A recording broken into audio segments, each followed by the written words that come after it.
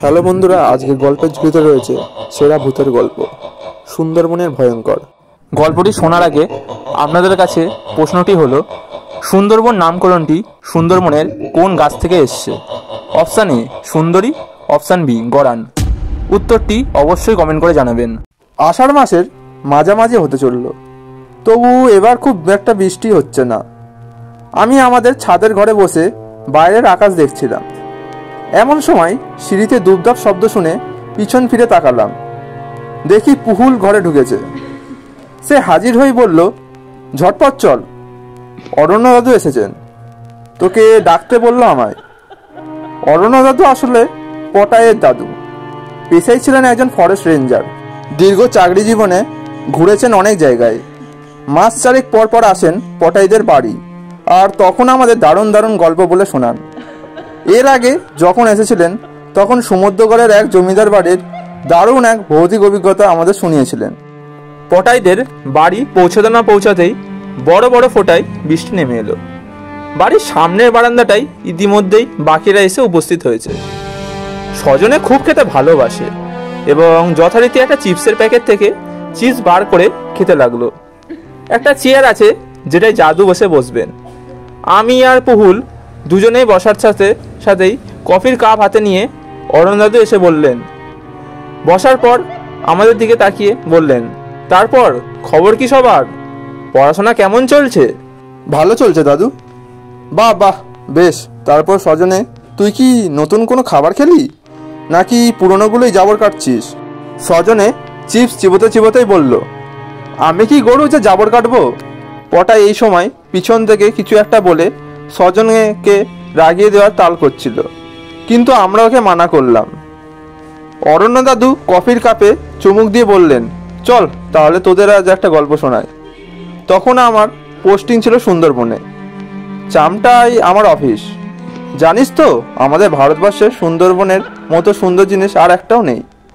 আমি যে সময়ের কথা বলছি তখন সুন্দরবনে বাঘের উপদ্রব এখনের থেকে অনেক বেশি। আমার এলাকায় শুধু বাঘ নয়, তার সাথে চোরা শিকারীরাও ভীষণ জ্বালাচ্ছে। কিছুদিন আগেই এখানে একটা বেশ পরিচিত পুরনো বাঘের মৃতদেহ আমরা পেয়েছিলাম। চোরা শিকারীদের গুলিতে বাঘটা মারা যায়, কিন্তু গার্ডরা এসে যাওয়াতে ওরা দেহটা ফেলেই পালিয়ে গেছিল। তা একদিন অফিসে বসে বিকেলে কাজ করছি, এমন সময় একজন গার্ড এসে বলল, স্যার আপনার ফোন এসেছে। বড় সাহেব ফোন করছেন। চামটা অঞ্চলের বড় কর্তা অসীম গাঙ্গুলি বেশ রাজভারী মানুষ। কাজে একটু গাফিলতি দেখলে ভীষণ খুঁতখুত করেন। আমি তড়িঘড়ি গিয়ে ফোন ধরলাম।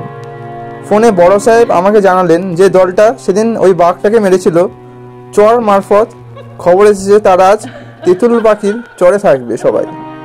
আমি যেন একদম দেরি না করেই সেখানে পৌঁছে যাই আর ওদের গ্রেপ্তার করি। আমি জানিয়ে দিলাম যে একটু পরেই বেরোচ্ছি।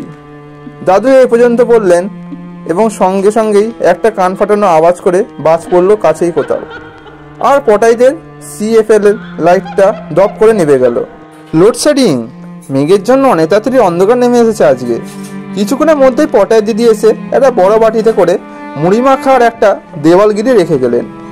দাদুও চেয়ার থেকে নেমে এসে এক মুঠো মুড়ি মুখে নিয়ে আবার শুরু করলেন। ও শোন, তারপর সুন্দরবনের অনেক দ্বীপেই অনেক ভাঙাচোরা কুঠিবাড়ি আছে জানিস? বেশিরভাগই হ্যামিল্টন সাহেবের আমলে তৈরি। ওই তেঁতুল পাখির চরে একটা আছে, চোরা শিকারীদের সেখানেই পাওয়া যেতে পারে। এই আশায় আমরা সেটার দিকেই এগোলাম। চারিপাশে বুনো হেতাল গড়ানের ঝোপ, আর ভেতরেই সন্ধ্যের অন্ধকারে একটা প্রাচীন জন্তুর মতো দাঁড়িয়ে আছে বাড়িটা। দরজা টরজার কোনো বালাই নেই। আমরা খুব সাবধানে যথাসম্ভব শব্দ না করে ভেতরে ঢুকলাম, কিন্তু বাড়িটা পুরো ফাঁকা। চোরা শিকারী কেন কয়েকটা ইঁদুর চামচিকে ছাড়া আর কিছুই নেই। আমরা এটা দেখে বেশ একটু দমে গেলাম। তাহলে কি আমরা যে আসবো এটা ওরা আগে থেকে জেনে গেল? যাকগে, এতটা এসি যখন অপেক্ষা করেই যাই। তিনজন মিলে একটা ঘরে বসলাম ঘাপটি মেরে। আমার সঙ্গে যে দুজন গার্ড ছিল তাদের একজনের নাম বিকাশ প্রামাণিক আর একজনের নাম ইসমাইল। বিকাশ আগে ছিল বাউলে, তার একমাত্র ছেলেকে বাঘে নিয়ে যায়, তারপর সে ফরেস্টের চাকরিতে যোগ দেয়। ইসমাইল আমাদের লঞ্চের ড্রাইভার। সন্ধ্যে গভীর হতেই জঙ্গলের চেহারা পাল্টে গেল। বাইরের গাছপালার ভিতর থেকে নানা পোকামাকড় আর বিড়ির শব্দ আমাদের কানে আসছে। দূরে কোথাও হরিণ ডেকে উঠলো শুনতে পেলাম। টর্চ জেলে ঘড়িটা দেখলাম একবার 8টা বাজে। এ পর্যন্ত বলে দাদু একটু থেমে জল খেলেন কিছুটা। আমরা তখন সবাই ঘন হয়ে বসেছি। ভেজা ঠান্ডা হাওয়া দেওয়ালগিরির আলোটাতে একটু কাঁপন ধরিয়ে দিল, সাথে আমাদের ছায়াগুলো কেঁপে গেল। দাদু একটা মৌরি লজেন্স মুখে দিয়ে আবার বলা শুরু করলেন। আমরা তো বসে আছি আর বিকাশ মাঝে মাঝে জানলা দিয়ে উঁকি মেরে বাইরেটা দেখছে। আমি তাকে মানা করে যাচ্ছিলাম। তখন আমার মনে হলো বাইরেটা বড্ড বেশি চুপচাপ হয়ে গেছে। সব পোকামাকড়ের আওয়াজ যেন চলতে চলতে দুম করে বন্ধ হয়ে গেছে। ঠিক সেই সময় আওয়াজটা শুনতে পেলাম আমিও। বাইরের খালের জলের ছলাৎ ছলা শব্দ ছাপিয়ে আমাদের কানে এলো একটা অস্পষ্ট ফ্যাসফ্যাসে কণ্ঠস্বর। কে যেন হাহাকার করে দেখে যাচ্ছে, বাবা এই তো আমি, তোমার গদাই, আমার কাছে এসো বাবা। যেন আমাদের আশেপাশের হেতাল গড়ানে ঝোপের ভেতর থেকে হাওয়া সেই আওয়াজকে আমাদের কাছে ঠেলে পৌঁছে দিচ্ছে। যেন তাকে দিতেই হবে, না দিয়ে তার একদমই উপায় নেই। ইতিমধ্যে বিকাশের দেখি মুখ চোখের ভাব বদলে গেছে। সে একবার বাইরের দিকে তাকিয়ে কাকে যেন খোঁজার চেষ্টা করলো। তারপরেই দাদা গদাই আসছি বলে ছুটে বেরিয়ে গেল ঘর থেকে। সঙ্গে সঙ্গে দেখি ইসমাইলও সর্বনাশ, স্যার শিগগিরই আসুন বলে বেরিয়ে গেল। আমি বাইরে এসে দেখি অন্ধকার অনেক বেড়ে গেছে। সমস্ত দ্বীপের সব কিছুর মধ্যে থেকে যেন ওই অশরীরী কণ্ঠস্বর তার সেই ডাক আমাদের কাছে পৌঁছে দিচ্ছে, বাবা এই তো আমি, আমার কাছে এসো বাবা এসো। বিকাশের পিছন যেতে যেতে আমি ইসমাইলকে জিজ্ঞেস করলাম, গদাই কে? আর বিকাশ ওরকমভাবে বেরিয়ে গেল কেন? ইসমাইল বলল, স্যার গদাই বিকাশদার ছেলে, ওকে বড় মামু নিয়েছিল গত বছর।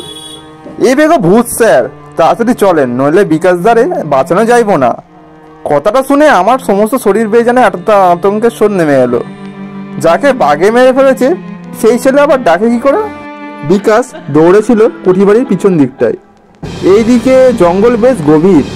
সেই জঙ্গলে ঢুকে যাওয়ার কিছুটা আগেই ইসমাইল জোরে দৌড়ে তার উপর ঝাঁপিয়ে পড়ল।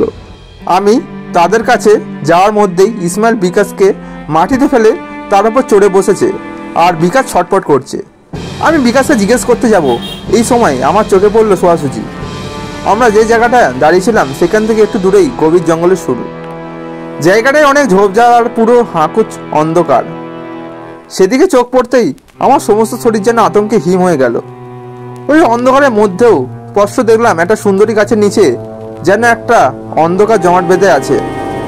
ঘন মিসকালো অন্ধকার দিয়ে তৈরি একটা আদিম পুরো অপার্থিব ছায়ামূর্তি আমাদেরকে দেখছে। আমাদের আশেপাশের সেই ডাক কিন্তু তখনও অবিরাম ভেসে বেড়াচ্ছে বাতাসে। ইসমাইলও মনে হয় সেই মূর্তিকে দেখে একটু অন্যমনস্ক হয়ে পড়েছিল। সেই সুযোগে বিকাশ তাকে এক ঘুষিতে ছিটকে ফেলে দিয়ে উঠে দাঁড়ালো।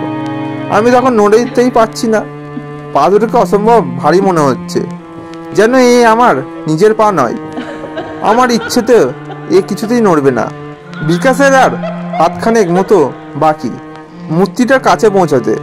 এই সময় বাঘের গর্জনে পুরো দ্বীপটা কেঁপে উঠল, আর মুহূর্তের মধ্যে ওই মূর্তিটার পাশ থেকে একটা প্রকাণ্ড বাঘ এসে বিকাশের ঘাড়ে পড়ল। আবার পলক ফেলার আগেই তাকে নিয়ে উধাও হয়ে গেল, আর আমারও চোখের সামনে সব ঝাপসা হয়ে গেল। আমরা সবাই তখন ওর গায়ে ঘেঁষে বসেছি পুরো। দাদু থেমে যেতেই বসে উঠল। তারপর জ্ঞান ফিরলে দেখি ইসমাইল খাল থেকে জল এনে আমার মুখে চোখে জল দিচ্ছে। ওর হাত ধরে উঠে বসলাম। মাথাটা ঝিমঝিম করছিল। মূর্তিটা যেখানে ছিল সেদিকে তাকিয়ে দেখি কিছু নেই, ফাঁকা, আর ঝিঝি ও পোকামাকড় ডাক আবার শোনা যাচ্ছে। আমরা বিকাশের দেহটা অনেক খুঁজলাম, কিন্তু পেলাম না কিছু আর। তারপর ফিরে এলাম। এই পর্যন্ত বলে দাদু চুপ করলেন। বৃষ্টি পড়লেও তার তোর সেরকম বেশি নয় এখন। হালকা বিদ্যুতের আলোয় এক ঝলক পটাইদের রঙ্গন ফুলের গাছটা দেখতে পেলাম। পটাই জিজ্ঞেস করলো, দাদু বাঘটা ওখানে ছিল, তোমরা টের পাওনি? দাদু একটু হাসলেন, বললেন, তোরে বলেছিলাম তো কিছুদিন আগে আমার এলাকায় একটা বাঘের মৃতদেহ পাওয়া গেছিল। আমরা বললাম, হ্যাঁ হ্যাঁ বললে তো। সেই বাঘটার মৃতদেহ আমি দেখছিলাম। বাঘটা লেজও ছিল না, হয়তো কোনো লড়াইতে বা চোরা শিকারের রায় হয়তো কেটে নিয়েছিল। তারপর সে একটু চুপ করে থেকে বললেন, যে বাঘটা বিকাশকে সেদিন তুলে নিয়ে গেল সেই বাঘটারই লেজ ছিল না।